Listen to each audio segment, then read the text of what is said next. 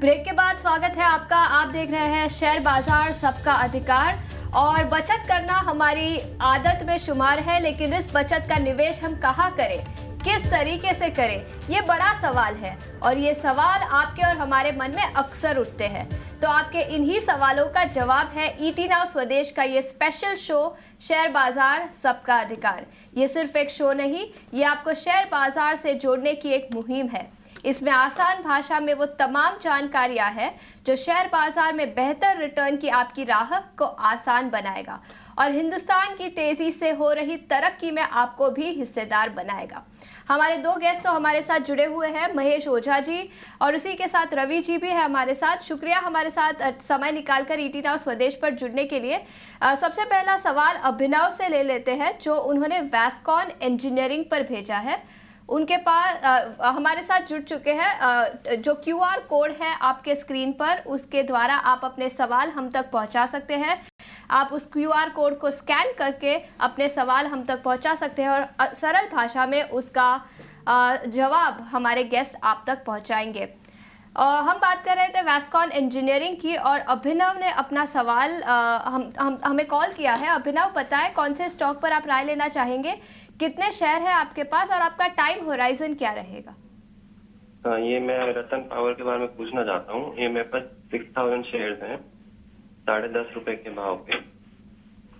Okay, रतन power पर आप राय ले। हाँ जी, 6000 शेयर हैं, 10.5 रुपए के भाव पे हैं और 2 से 3 महीने तक इसको रखना चाहता हूँ मैं। ओके, तो काफ़ी मुनाफा अभी आप है आपके पास 17 रुपए प्रति शेयर के आसपास रतन इंडिया पावर ट्रेड कर रहा है। आपका टाइम होराइजन क्या रहेगा, आपने बताया? मैं 2 से 3 या 4 महीने तक मैं इसको होल्ड कर सकता हूँ। ओके, सो 2 से 4 महीने तक आप होल्ड कर सकते हैं। तो एक टेक्निकल राय ही ले लेते हैं। रवि, रतन इंडिया पावर पर आपकी क्या राय बनेगी? 17 रुपए का स्टॉक है और 2 से 4 महीने तक अभिनव होल्ड कर सकते हैं। देखिए, मुझे एक चीज याद आती है कि इस स्टॉक को आपके यहाँ पे कई बार रिकमेंडेशन पे दिया गया और अच्छा खासा प्रॉफिट आ रहा है। आज थोड़ा सेलिंग फ्रीज की तरफ है, लेकिन मुझे लगता है सर लालच बहुत बड़ा नहीं करिए। 9 रुपए आया, 9 रुपए पे खरीदा, 18 रुपए आ रहे हैं, दुगना हो चुका है पैसा। तो कोशिश करिए एक बार को पोजीशन बुक कर लीजिए। प्रॉफिट मुनाफा घर ले जाना ज्यादा समझदारी।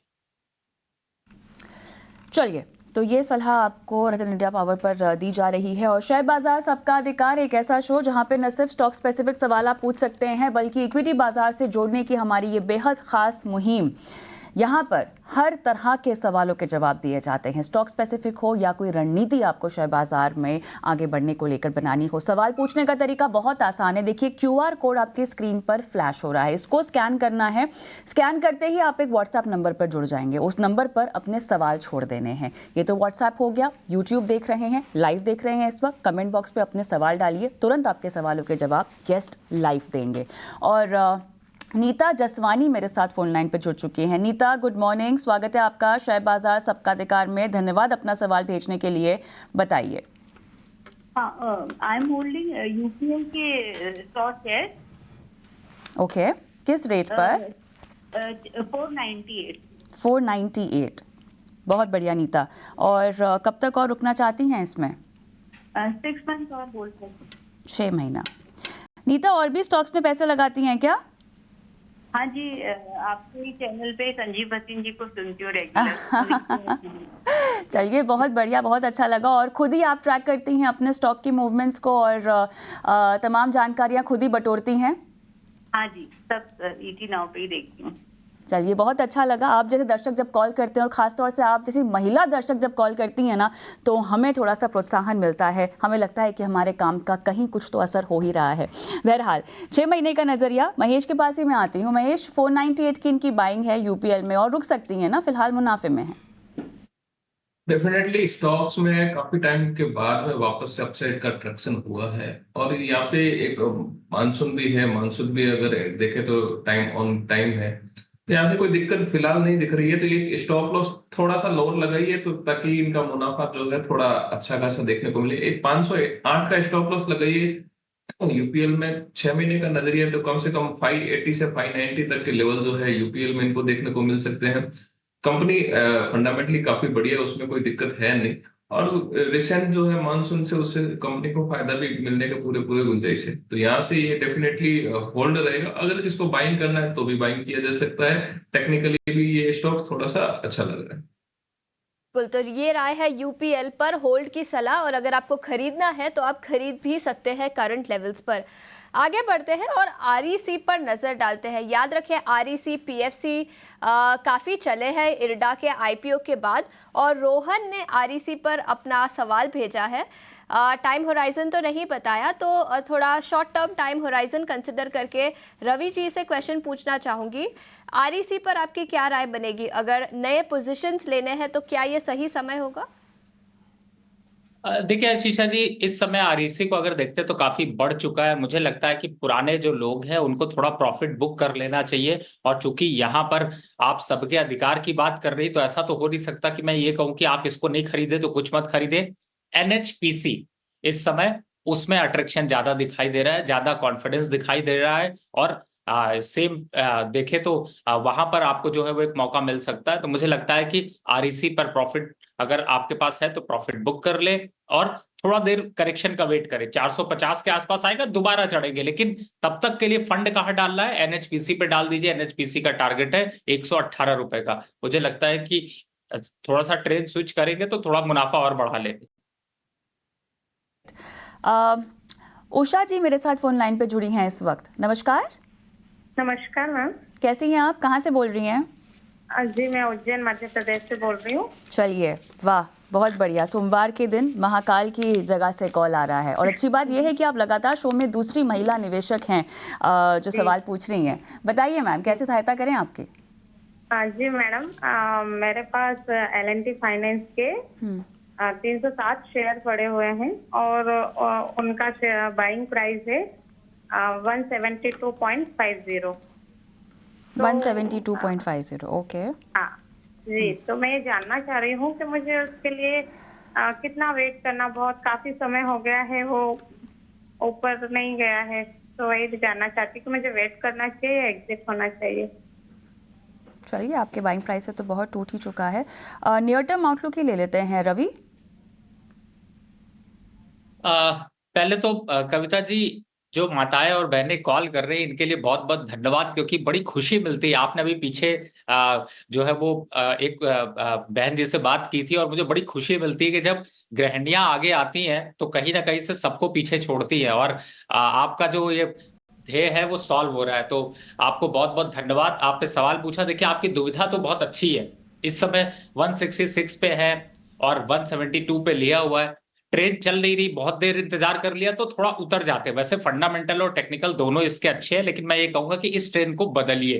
कहाँ जाइए? दूसरा ऑप्शन दे देते हो। दूसरा ऑप्शन है PSB, Punjab and Sind Bank, जो कि ज्यादा अच्छा है, सस्ता भी है। एक के अगेंस्ट में 2 शेयर ले सकती, ले लीजिए। मुझे लगता है अगले हफ्ते आप जरूर कॉल करिएगा, क्योंकि अगले हफ्ते तक ही हमें इसमें प्रॉफिट और आपको प्रॉफिट मिलना बहुत जरूरी है। मिलेगा तो कविता जी को धन्यवाद दीजिएगा। कविता जी भी मार्केट की काफी बड़ी दिग्गज है, पिछले 20 सालों से इंडस्ट्री में है, तो मुझे लगता है कि शायद यही प्यार आगे बढ़ रहा है।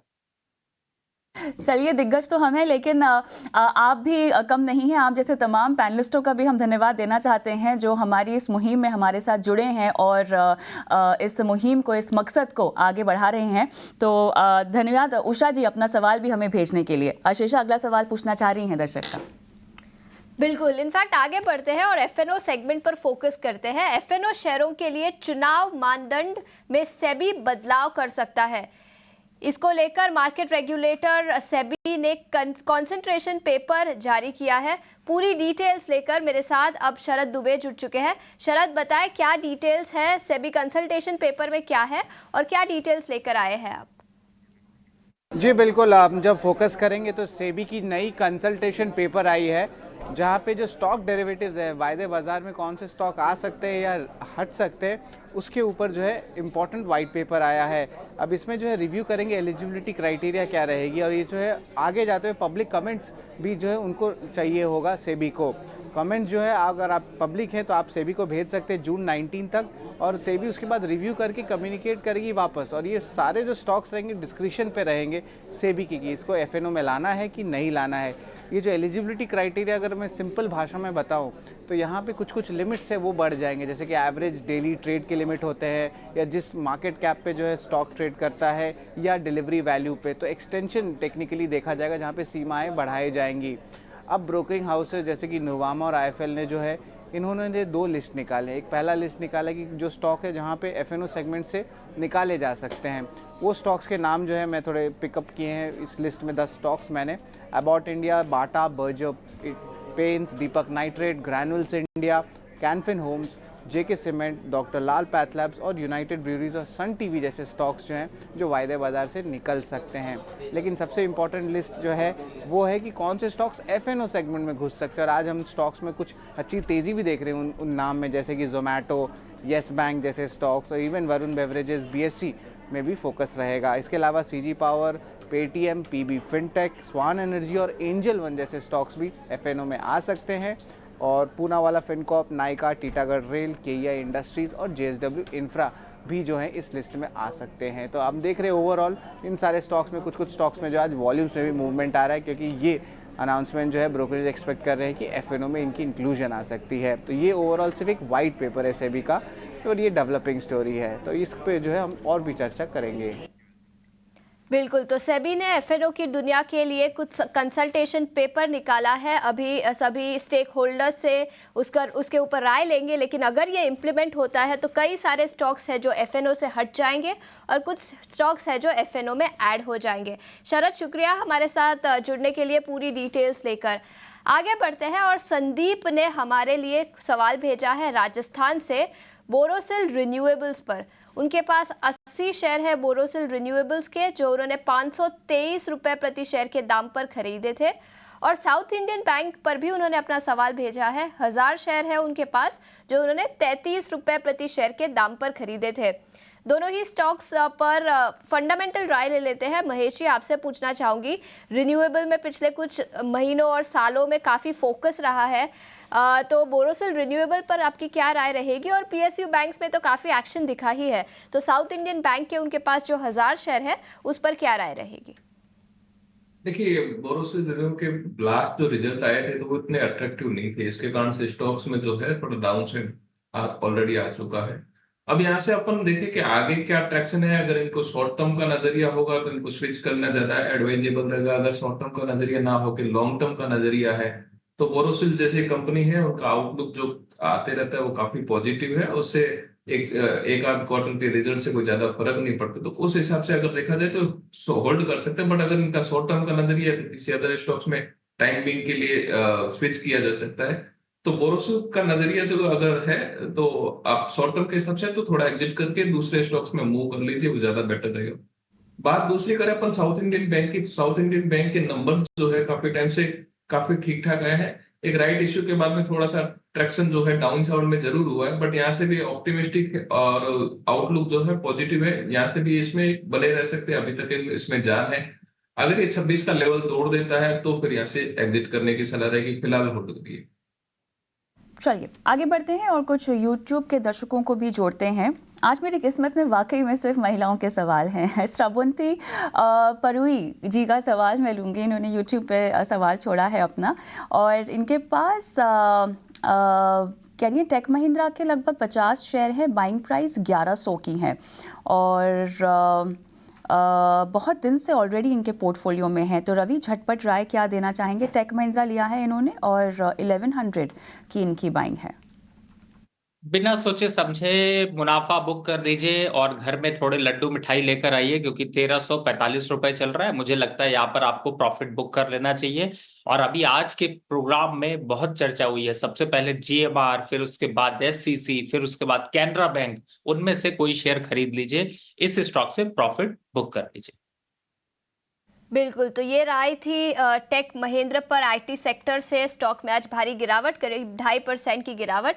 और हमारे गेस्ट से भी यही राय है कि टेक महिंद्रा से आपको एग्जिट कर लेना चाहिए। आगे बढ़ते हैं और हिंदुस्तान कॉपर पर नजर डालते हैं। गुरुदेव सिंह ने हमारे लिए क्वेश्चन भेजा है हिंदुस्तान कॉपर पर। उनको करंट लेवल्स पर खरीदना है। मेटल शेयरों में कुछ तेजी दिखाई दी थी, कमोडिटी मार्केट पे बूम दिखा था जिसके चलते मेटल शेयर चले थे, लेकिन एक लॉन्ग टर्म व्यू ले लेते हैं हिंदुस्तान कॉपर पर। महेश जी, क्या राय रहेगी? नहीं, डेफिनेटली कॉपर में अभी भी तेजी बाकी है, बट अभी एक जो है मूवमेंट जो है साइडवेज का मूवमेंट हो गया है, तो एक वेट करिए, शायद हो सकता है स्टॉक 310 से 320 की रेंज में आवे तो वापस इसमें एंट्री बनाई जा सकती है। लॉन्ग टर्म भी अभी भी इंटैक्ट है, बट ये शॉर्ट टर्म में एक थोड़ा सा मॉडेस्ट व्यू है, तो नीचे के लेवल का वेट करिए, नई एंट्री बनाने को है, बाकी आप होल्ड कर सकते हैं, कोई दिक्कत नहीं। बंधन बैंक 198.80 पर लिया हुआ है सपना हमारी दर्शक ने। मेरे पास नज़रिए का कोई जानकारी नहीं है रवि, बाइंग प्राइस बस पता है 198.80 की इनकी बाइंग है। फिलहाल क्या करना चाहिए इनको? देखिए, आज मुझे लग रहा है, वैसे कविता जी आज आपका ही दिन है, क्योंकि आज सारी माताएं और बहनों के सवाल सबसे ज्यादा आ रहे हैं। तो फिर अगर इन्होंने 195 पे लिया, 201 चल रहा है, यहाँ पर 5-6 रुपए का प्रॉफिट आ रहा है, एक बार तो आज प्रॉफिट बुक किया जा सकता है। और अब दूसरा अगर स्टॉक लेना है तो कैनरा बैंक मैंने सजेस्ट किया है, उसकी तरफ अगर जाएंगी तो ज्यादा अच्छा होगा। लेकिन मुझे लगता है 5 से 6 रुपए अगर मिल रहे हैं तो एक बार प्रॉफिट बुक कर लीजिए। कैनरा बैंक की तरफ अगर जाना है तो नया स्टॉक कैनरा बैंक ऐड करिए। टारगेट होगा 155 रुपए का, स्टॉप लॉस होगा 115 रुपए का। बिल्कुल, तो कैनरा बैंक पर खरीदारी की राय। आगे बढ़ते हैं, कुछ पावर स्टॉक्स पर नजर डालते हैं। तो मोहित ने पावर ग्रिड कॉरपोरेशन पर अपना सवाल भेजा है। उनके पास 100 शेयर है जो उन्होंने 320 रुपए प्रति शेयर के दाम पर खरीदे थे और उनका 1 साल का टाइम होराइजन है। इसी के साथ और एक पावर स्टॉक को जोड़ लेते हैं। पार्थ ने टाटा पावर पर अपनी राय मांगी है। दोनों ही पावर स्टॉक्स पर क्या राय रहेगी? याद रखें, पावर स्टॉक्स में भी पिछले कुछ 1-2 सालों में काफ़ी तेज़ी दिखी है और लॉन्ग टर्म नज़रिया मांग लेते हैं। महेश जी, आपसे पूछना चाहूंगी, टाटा पावर और पावर ग्रिड दोनों ही स्टॉक्स पर राय दीजिए। डेफिनेटली दोनों स्टॉक जो है पावर स्टॉक्स काफी स्ट्रॉन्ग है और गवर्नमेंट से एक्सपेक्टेड है कि ये पावर के अंदर कुछ ना कुछ और ज्यादा अच्छा पैकेज या अलॉटमेंट या एलोकेशन जो है पावर सेक्टर में करेगी। तो यहाँ से लगता है ये दोनों स्टॉक्स होल्ड किए जा सकते हैं। पावर ग्रिड का कम से कम अगर साल भर का नजरिया रखे तो 360 से 375 तक के लेवल जब बनते हैं। टाटा पावर की बात करें तो 520 से 525 तक के लेवल जो है कम से कम दिखाई दे सकते हैं। तो ओवरऑल अभी पावर सेक्टर जो है उस पर ध्यान रखा जा सकता है और आउटलुक यहाँ से भी एक पॉजिटिव बन रहा है। चलिए, तो मेरे ख्याल से सवाल तो हमारे पास बहुत सारे आ रहे हैं, लेकिन आज समय समाप्त हो चुका है शेयर बाजार सबका अधिकार में आपके सवालों को शामिल करने का, और इसीलिए रवि आपका, महेश आपका बहुत बहुत धन्यवाद, समय निकाला और दर्शकों का आज मार्गदर्शन किया है। हम शो समाप्त कर रहे हैं उससे पहले, क्योंकि राजनीति के जगत से बहुत सारी खबरें आ रही हैं और ऐसे में शपथ ग्रहण के साथ ही मोदी सरकार एक्शन में भी आ गई है और आज ही मंत्रियों के पोर्टफोलियो की घोषणा भी होगी और आज शाम में ही नई सरकार की पहली कैबिनेट की बैठक भी है। तमाम डिटेल्स इसको लेकर हमारे सहयोगी सुमित चतुर्वेदी जुड़ गए। सुमित, बताएं। बहुत ही महत्वपूर्ण बैठक है आज शाम को 5 बजे नरेंद्र मोदी 3.0 की पहली कैबिनेट बैठक। देखने वाली बात ये होगी कि कौन कौन आता है और कौन कौन से पोर्टफोलियो असाइन किए जाते हैं। ये देखने वाला बहुत ही महत्वपूर्ण होगा। आज पूरे दिन यही चर्चा चलती रहेगी कि क्या पोर्टफोलियो होने वाले हैं, पर पोर्टफोलियो के नाम भी आने वाले हैं आज, और वो सब बहुत ही महत्वपूर्ण होंगे देखने के लिए। कल प्रधानमंत्री मोदी के तहत जो कैबिनेट ने शपथ ली, 72 मिनिस्टर्स थे, कुछ कैबिनेट मिनिस्टर, कुछ minister of state independent charge और कुछ मिनिस्टर ऑफ स्टेट थे। और उस समय देखना होगा किसको आज क्या पोर्टफोलियो मिलता है। जैसे कि सूत्र बता रहे हैं, बीजेपी अपने साथ ही बड़े चेहरे रखने वाली है, अपने बड़े जो मंत्रालय है अपने पास रखेगी, जैसे फाइनेंस है, डिफेंस है, होम अफेयर्स है, इन सबको। और कल इसीलिए मंत्रियों ने शपथ ली, जिसमें निर्मला सीतारमण, अमित शाह, नितिन गडकरी, राजनाथ सिंह, इन सब मंत्रियों ने शपथ भी ली।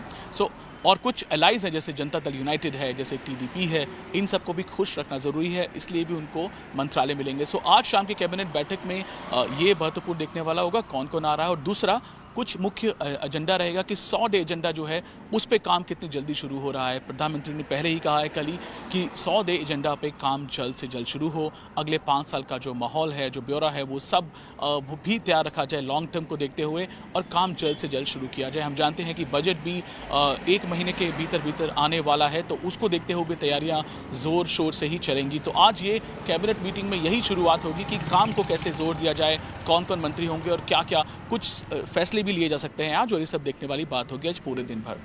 बिल्कुल, खबरों के लिहाज से काफ़ी अहम दिन। और सुमित, इसी के साथ आप नज़र बनाए रखिए, लगातार आपसे हम अपडेट लेंगे इस पूरे मामले पर। और फिलहाल हमें शो को समाप्त तो यहीं करना होगा।